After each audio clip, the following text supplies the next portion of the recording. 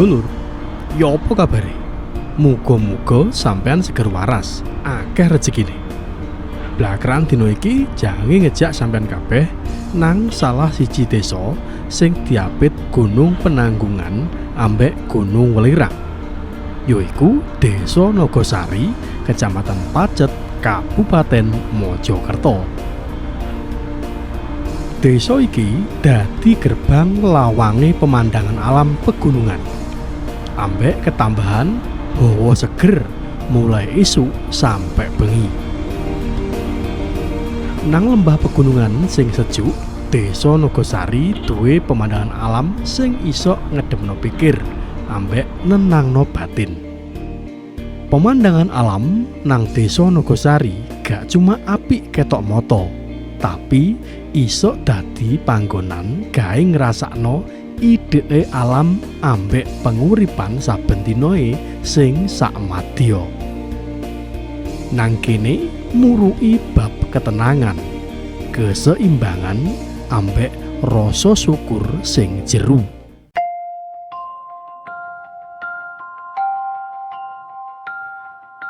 Rayu dulur, hari ini kita semuanya warga Nogosari sedekah bumi, uri-uri budaya sing ana Nogosari, ngiti utawa ngelingi para jasa para leluhur Nogosari ingkang buka bumi Nogosari. Ketika kita berpijak di Nogosari, kita harus menjunjung tinggi apa yang menjadi milik kita dan mensyukuri apa yang menjadi hasil dan selama ini kita rasakan, kita nikmati selaku warga Nogosari. Apa cakapnya dulur? Ojo belaran-belaran nanti. Yo hari ini nang Nogosari bersama Blakraan konco-konco JTV TV ini wong Jawa Jawa Timur. Sing aduhai. Ngono ya dulur ya. Iki wong acara lur nganti bengi, rong dino rong bengi full. Lah ana wong turu belas. Halo. Melek kabeh bres. Ya demikian dulur. Wassalamualaikum rahayu. Nang walike tenange Desa Nogosari nyimpen nilai budaya sing kuat. Tradisi gotong royong sik tetep kejaga. Warga masyarakate sing blater ndadekno sapa ae sing mara kerasan betah manggon nang kuno.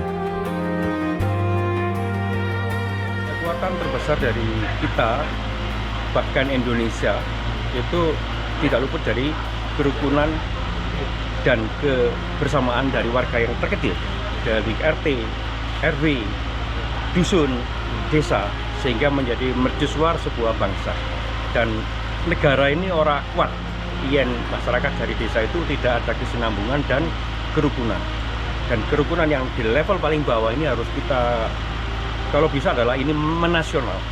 Mudah-mudahan ini bisa terdengar atau terekspos. Mungkin beliaunya pengambil kebijakan di pusat, bahkan sampai presiden tahu kalau di sebuah desa itu harus kuat, persatuannya kuat dan semua kuat, negara ini akan kuat. Kita mungkin tidak harus mendatangkan investasi asing kalau orang-orang di desa dan di semua lini nasional sudah bergiat bersama-sama. Karena kita Indonesia bukan negara gak duwe mas, tapi negara yang betul-betul gemahi Palu Jinawi. Ini saja kayak gini kan, ini di dusun, bagian dari dusun. Ini kurang lebih ya memakan kalau budget 100 juta insya Allah lebih. Ini bisa. Jadi kalau kita sudah sadar semua dari elemen dari bawah ke atas, mungkin dengan adanya gagasan dari presiden kita, koperasi, mungkin arahnya ke sana juga. Artinya memperkuat sistem baik perekonomian, kesatuan ataupun kebinekaan ini menjadi satu. Akhirnya menjadi sebuah pergerakan ekonomi yang kuat. Ini yang mungkin mudah-mudahan ini menjadi misi dari presiden itu. Dan desa sangat mendominasi dalam hal ini untuk menjadi kekuatan sebuah bangsa. Apalagi bangsa Indonesia ini sudah bangsa yang sangat punya legitimasi budaya yang sangat kuat di global, saya kira. Isu iki nang Desa Nogosari gak koyok biasane. Dina iki warga Desa Nogosari duwe gawe jange nglaksanakno tradisi adat sing wis turun temurun, yaiku sedekah bumi Nogosari. Enom tuwa lanang wedok, cilik gedhe, kabeh padha tandang mangayu bagya nang acara sedekah bumi Nogosari.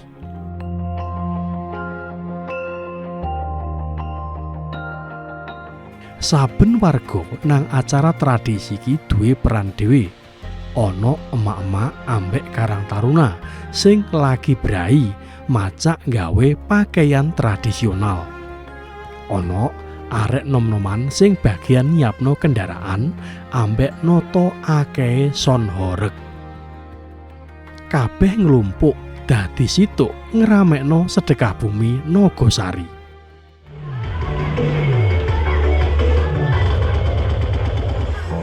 Saliyane iku nang njoboe latar saben omah akeh maceme ubo rampe sing wis disiapno kabeh. Tradisi iki gak cuma agenda rutinan taunan, tapi lebih teko iku dadi panggonan urip bareng-bareng, ajur-ajer ngraketno seduluran. Nang acara adat iki nglibatno 10 RT nang Doso Nogosari, tumplek-blek nglumpuk nang lokasi pemberangkatan. Persiapan iki gak cuma soal teknis ae, tapi wujud nyoto teko bareng-barenge ambek rasa melok duweni nang tradisi adat tinggalan leluhure.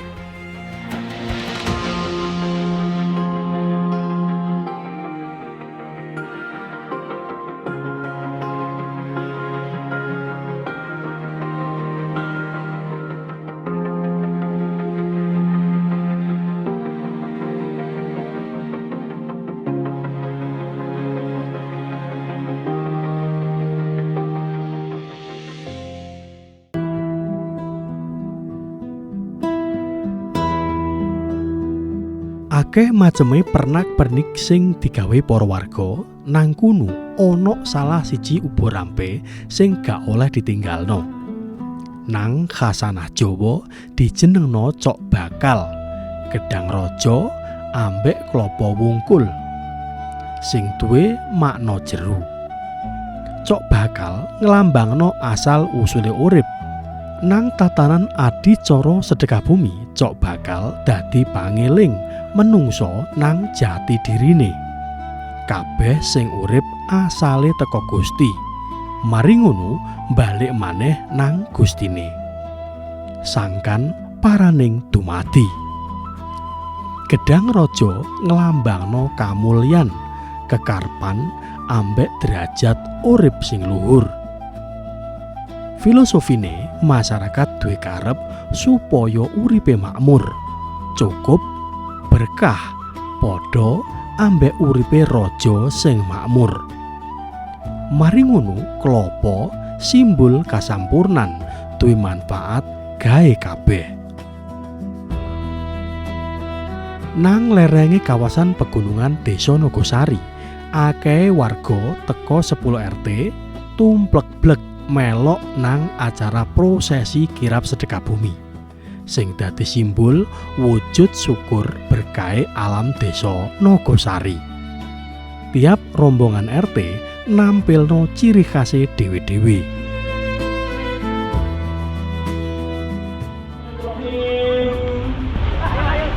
Asyhadu an la ilaha illallah wa asyhadu anna Muhammadar Rasulullah.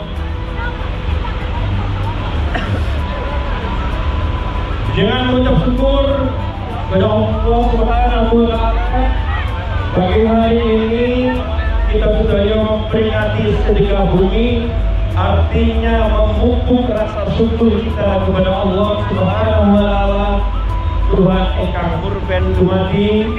Sebab kita sedaya mangertosi bahwa bilik tanah ingkang kita pijak ini adalah merupakan bagian dari karya para leluhur kita atau nenek moyang kita. Mudah-mudahan sedekah bumi kali ini kita senantiasa mendapat barokah dari Allah Subhanahu wa Ta'ala, dan pemberangkatan pertama yang akan dimulai kloter pertama yaitu RT 3. Dengan mengucap Bismillahirrahmanirrahim, pemberangkatan pada sedekah bumi Desa Nogosari tahun 2026 resmi kita buka, dan dengan ucapan Bismillahirrahmanirrahim kloter pertama kita berangkatkan. Bismillahirrahmanirrahim.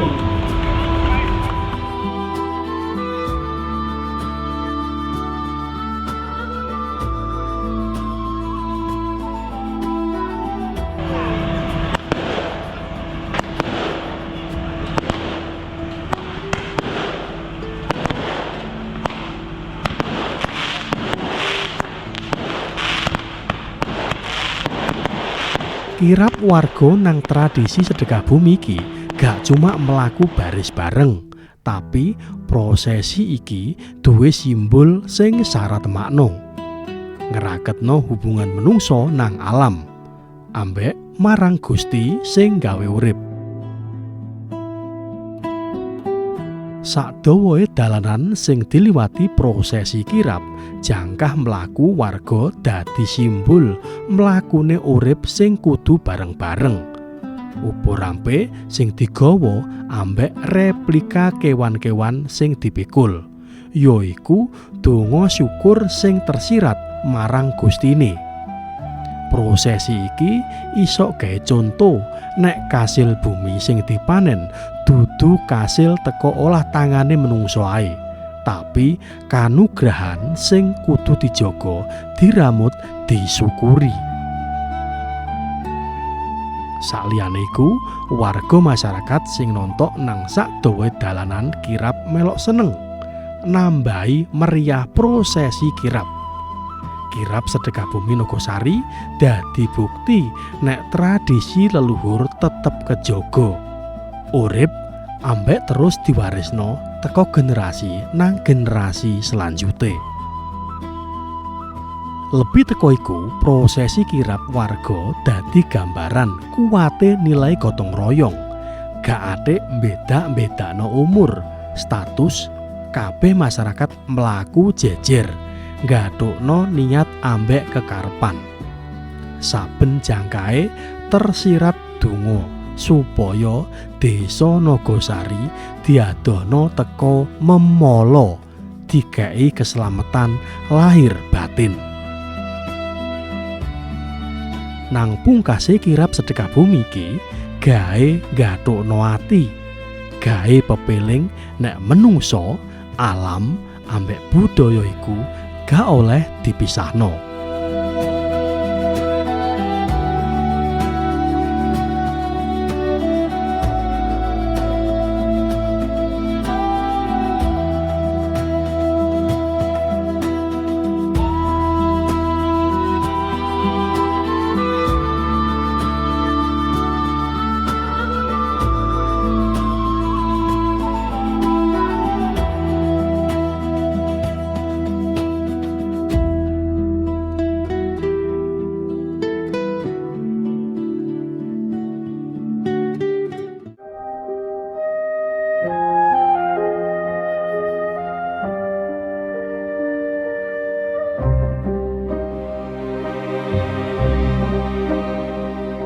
Akeh maceme pernak-pernik nang prosesi sedekah bumi Nogosari, koyok replika ula naga sing digotong ambek warga iki gak cuma dadi hiasan budaya, tapi simbol syarat makna ambek filosofi urip.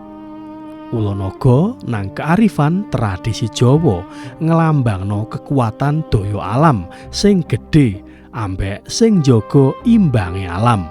Digambarno dadi jalma sing iso nggathukno unsur bumi ambek banyu, rong sumber penguripan utama gawe masyarakat agraris.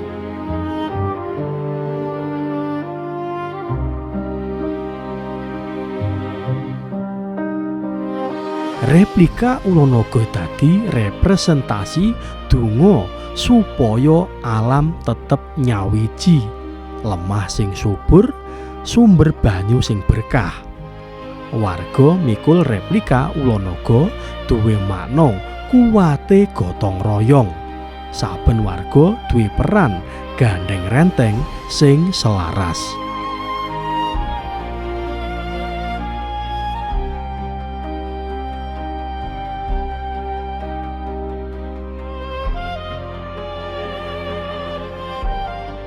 Saliyane iku nang prosesi kirap ana replika iwak kotok gedhe, yaiku simbol syarat makna sing ngoyot teka kearifan lokal ambek penguripane masyarakat kuno. Iwak kotok dikenal dadi iwak sing menter, sanggup ngadepi usa apa ae. Teka kuno warga masyarakat ngartekno dadi lambang ketahanan sing kuat. menter ngadepi lakune urip. Replika gede sing dikira bareng-bareng ambek warga gambarno kekarepan supaya kabeh masyarakat duwe semangat krentek sing padha, kuat, gak gampang mutungan, gak gopok, kuat ngadepi urip. Lebih teko iku, iwak kutuk ngelambangno sumber penguripan. Replika iwak kutuk nang prosesi dekah bumi gak cuma tradisi turun-temurun, tapi duwe pesen subosito sing terus urip. Bab pentingnya urip bareng njaga harmoni antara menungso, alam, ambek Gusti sing gawe sumber penguripan.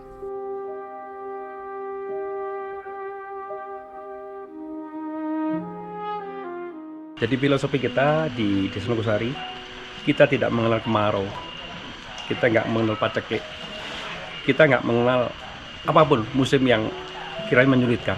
Karena kita memang notabene kita sebagai petani, bahkan alhamdulillahnya di Nogosari ini selama setahun kita tidak akan pernah berhenti untuk bertanam.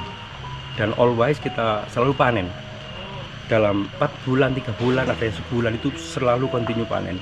Jadi dengan musim apapun sang predator akan tetap hidup. Bahasanya seperti itu dari kita ambil filosofi dari ikan yang seperti itu.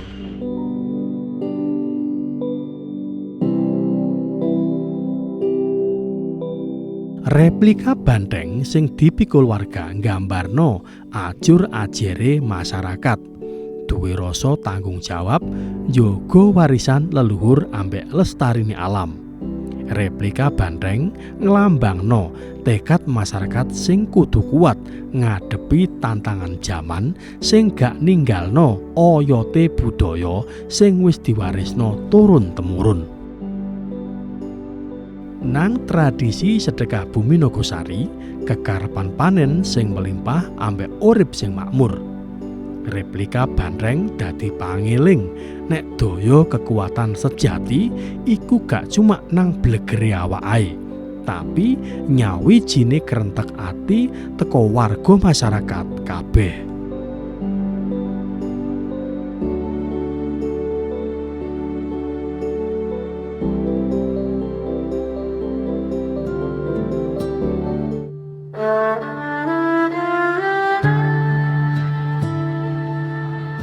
Nang tengahe hawa adem Nogosari mlakune jangkah para warga prosesi kirap mulai tutuk panggonan. Swara irama gending Jawa dadi seksi mlakune kirap. Iku dadi simbol mlakune batin tumuju rasa syukur sing wutuh. Tansah cedak, tansah cedak, tansah cedak, tansah.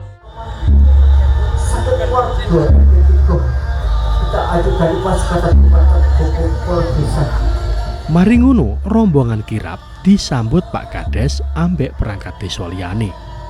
Prosesi iki gak cuma seremoni penyambutan biasa, tapi ngelambangno kepethuke rakyat ambek pemimpine nang jeroe panggonan sing harmonis.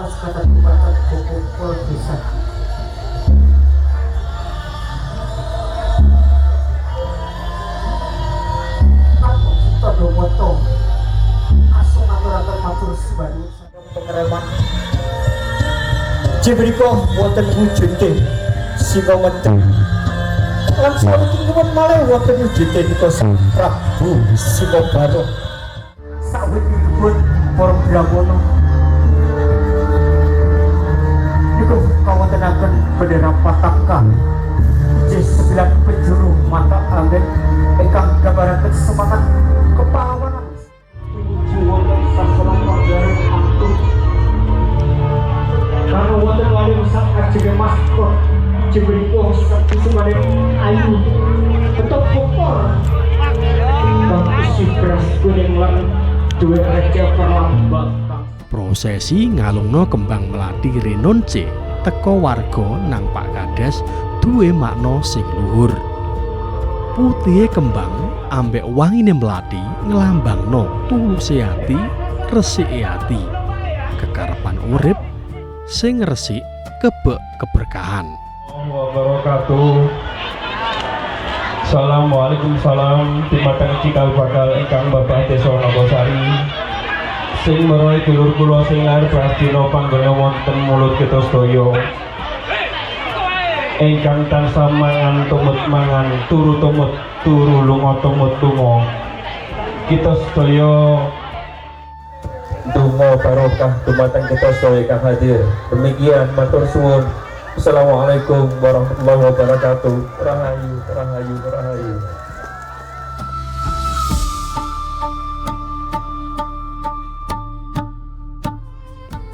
Joget bareng nang momen iki gak cuma hiburan ae, tapi simbol rasa memel nang kiwa tengene. Wong tuwa, arek nom-noman sampai arek cilik-cilik melok kompak sairama. Lebih teko iku, joget bareng dadi salah siji cara masyarakat njaga tradisi supaya tetep urip. Generasi nom-noman sing melok joget gak cuma menikmati suasanae, tapi njaga marisi semangat kebudayaan sing wis kejaga turun-temurun. Penampilan penari remo wedok iki duwe makna, yaiku duwe pesen perane wong wedok urip nang desa saben dinane. Dadi sing jaga harmoni, nguwatno tradisi, menisan ambek dadi sumber kesabaran nang cobaane urip. Nang walike dandanan ambek kelambi sing digawe penari iki nyimpen makna wong wedok sing tatak ngadepi urip.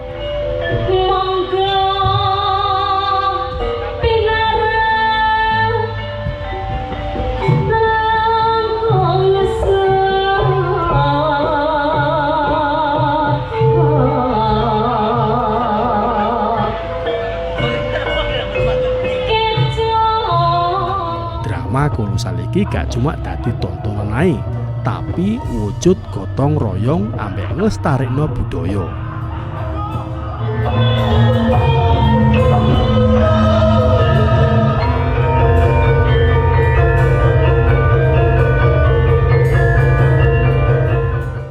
Filosofinya sederhana, yaitu mensyukuri hasil rezeki kita selama kita hidup di Nogosari. Dan garis bawahnya adalah uri-uri budaya. Uri-uri budaya yang terjadi adalah yang cerita itu turun-temurun ke saya. Bahwanya dulu ada beberapa bini sepuh yang mulai membabat desa Nogosari ini. Lalu beliau sang pembabat desa Nogosari itu karena sudah melepaskan lelah capek, nanggap itulah ronggeng atau yang lazimnya di sini tayuban. Jadi dengan apa yang kita bangun bersama-sama dengan masyarakat, dan ini semua juga bukan atas saya, tapi adalah atas misi seluruh masyarakat yang bahu-membahu dan satu misi menjadi perhelatan seperti ini. Kesederhanaan, tetap sederhana, tapi insya Allah untuk sandang pangan ke depan insya Allah aman selamanya. Inilah yang memanifestasi kita untuk selalu bersyukur dan uri-uri budaya melalui sedekah bumi ini. Lebih teko iku, tradisi iki dadi panggonan kepethuke batin antar warga. Nang gebyare modernitas, sedekah bumi dadi penyeimbang, ngajak masyarakat balik nang oyote tatanan asli wong Jawa. Andhap asor, gelek weweh, njaga ambek ngajeni nang sapa ae.